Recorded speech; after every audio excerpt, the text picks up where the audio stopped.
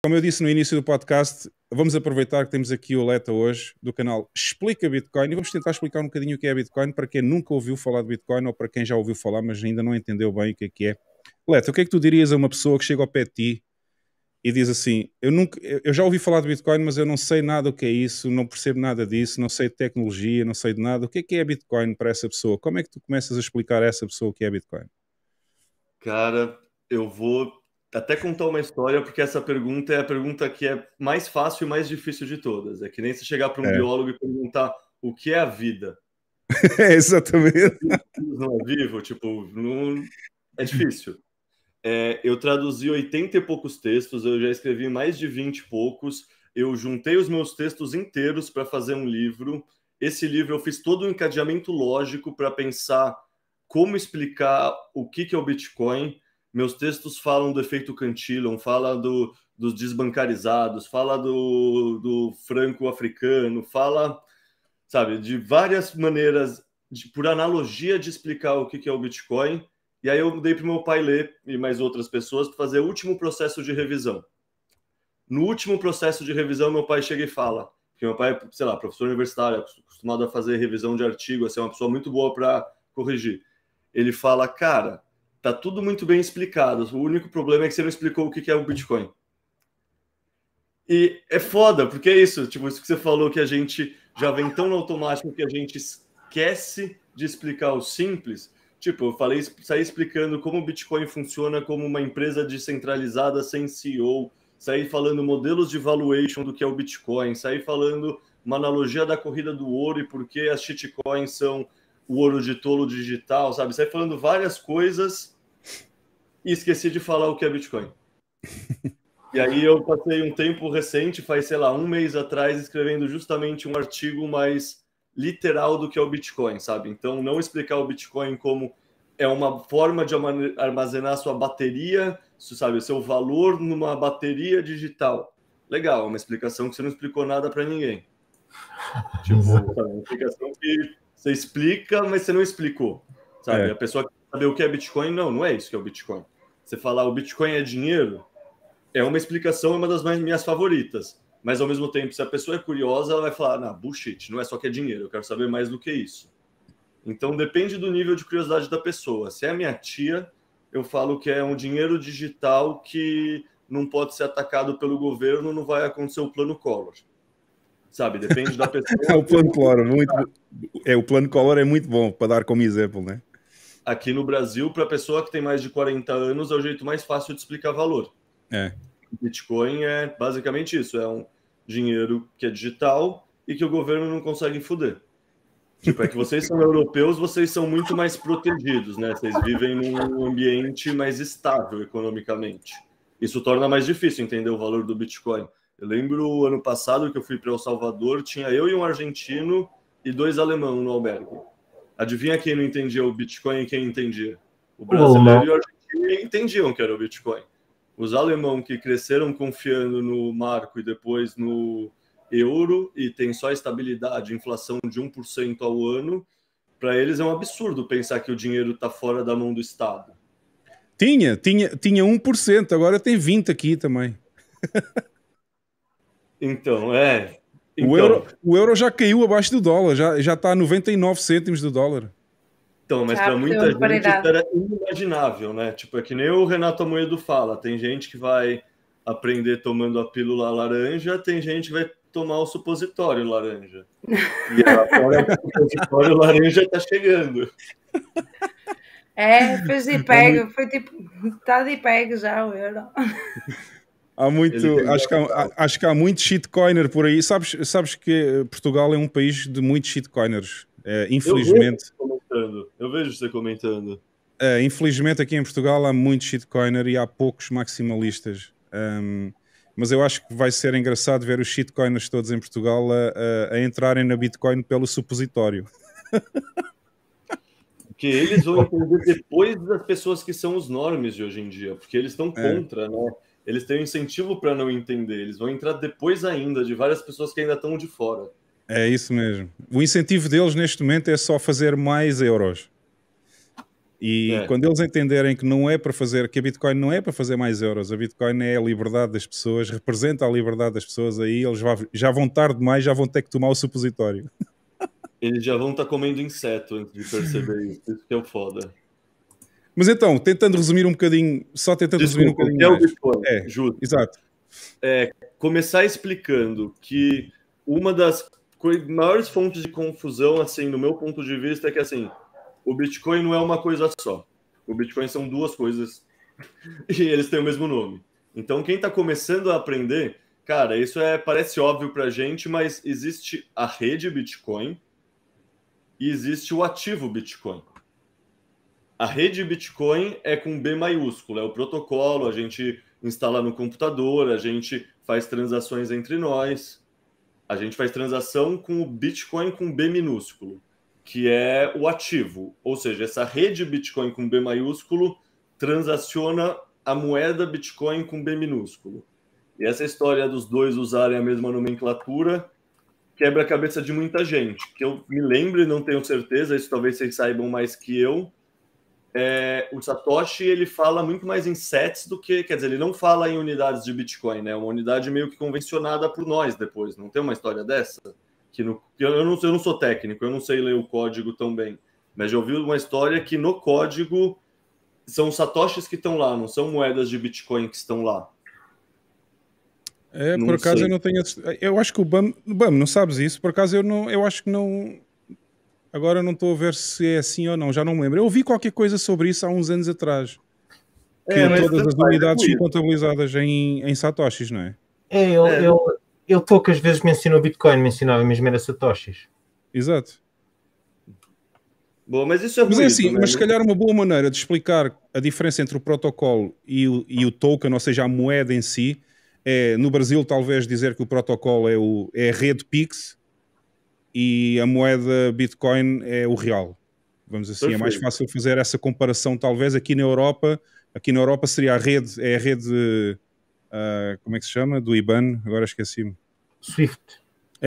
Swift, rede Swift com IBAN e a moeda é o euro. Portanto, assim é fácil fazer a comparação. Para quem não entende muito bem da Bitcoin, é mais fácil se calhar explicar assim. A maioria das pessoas também não faz ideia do que é o Swift. Também não vale. Deixa lá, não faz mal. Mas no Brasil acho que é uma coisa nova. O Pix surgiu há pouco tempo, não é? Mas pronto, então existe um protocolo, existe uma rede e existe uma moeda que é digital, não é física, portanto as pessoas não podem agarrar na moeda. E continuando, né, tem duas coisas que eu acho que são muito importantes o pessoal entender para entender por que o Bitcoin é construído da maneira que ele é construído e que são coisas que geralmente a gente não fala muito. A primeira é que o Bitcoin é a única solução que a gente conhece, pelo menos que eu conheça, né? Acho que os bitcoinheiros geralmente acreditam que é a única, para o tal do problema dos generais bizantinos. E o que é o problema dos generais bizantinos? Ele é um problema de teoria dos jogos que descreve a dificuldade de entidades descentralizadas para chegar num consenso sem depender de um ponto central de confiança. Ou seja, como você sincroniza todos os computadores rodando Bitcoin em qual é a verdade, sem ter um cara no meio falando, essa aqui é a verdade. Isso é um problema teórico que não tinha solução antes de surgir a prova de trabalho atrelada à emissão de moeda. E nesse sentido, muita gente fala, e aí eu acho que já é um termo um pouco mais complexo, você falou para explicar para iniciante, eu não usei esse termo ainda, mas para mim a melhor explicação simples do que é o Bitcoin é a invenção da escassez digital. Isso é uma frase que diz tudo, mas é que ela tem tantas camadas que é difícil explicar. O que quer dizer a invenção da escassez digital? E aí a gente entra na segunda coisa que eu acho que é pouco falada e deveria ser mais falada para a gente realmente entender o que é o Bitcoin, que é o gasto duplo. Tipo, qual é a grande questão de fazer qualquer coisa digital?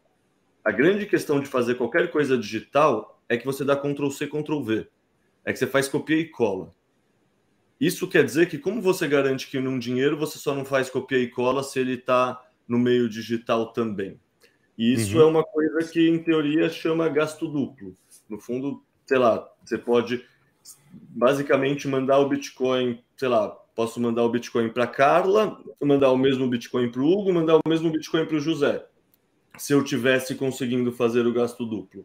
Então, toda a questão da arquitetura da rede do Bitcoin, que muitas pessoas acham, é um desperdício, gasta muita energia, é a única maneira teórica de você conseguir gerar uma verdade de uma maneira descentralizada e evitar o tal do gasto duplo.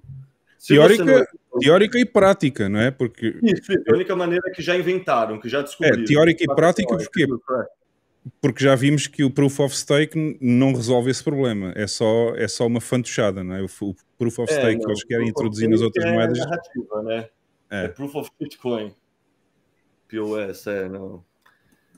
Tem gente ingênua no mundo. Aqui no Brasil a gente fala que todo dia um malandro e um mané saem na rua. Se eles se encontrarem, dá negócio. É isso. Tipo, as shitcoins são predação na assimetria de educação do ecossistema. É isso.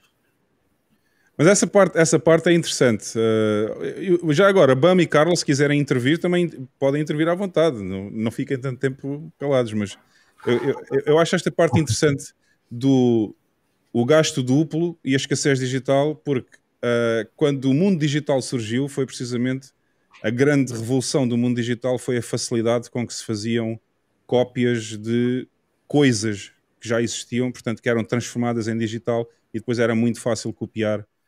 Lembro-me ainda dos videogravadores VHS, cada vez que se fazia uma cópia analógica, a qualidade do vídeo ficava cada vez pior, à medida que íamos fazendo cópia, né? E a grande revolução do mundo digital, eu lembro-me pelo menos quando surgiram os CDs de música e essas coisas, foi que fosse qual fosse o número de cópias que se fazia, a qualidade nunca se perdia. Portanto, o número de cópias no mundo digital foi a grande revolução e agora tivemos que inverter isso na Bitcoin, precisamente fazer o inverso, que é acabar com a possibilidade de fazer cópia de uma moeda para que não haja o gasto duplo. Acho que essa é a grande invenção a grande concepção do Satoshi, porque ele não inventou, ele juntou as peças do carro, foi precisamente resolver o problema da escassez digital e do gasto duplo, através do Proof of Work, né, da prova de trabalho. Uma delas, que é a mais importante, foi a prova de trabalho, precisamente.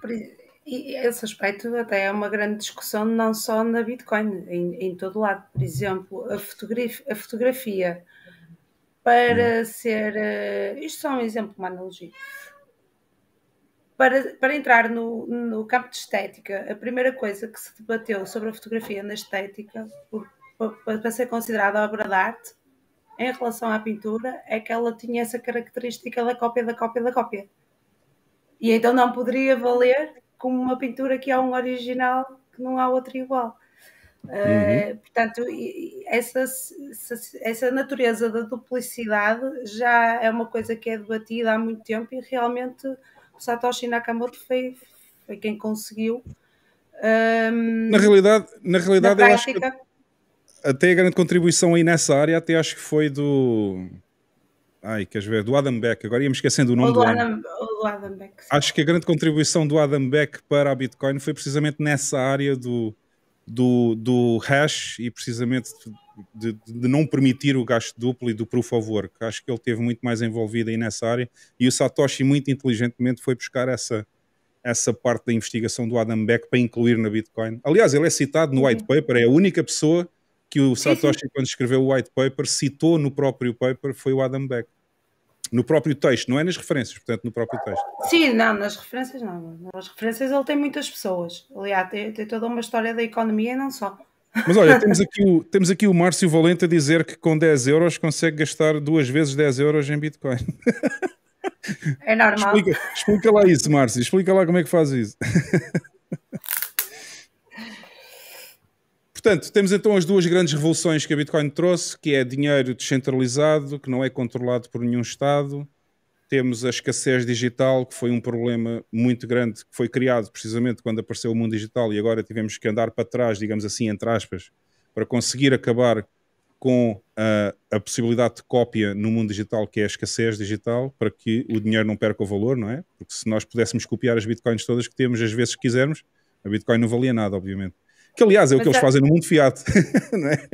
Mas acho que ainda revolucionou mais duas situações, que foi a comunicação e o transporte.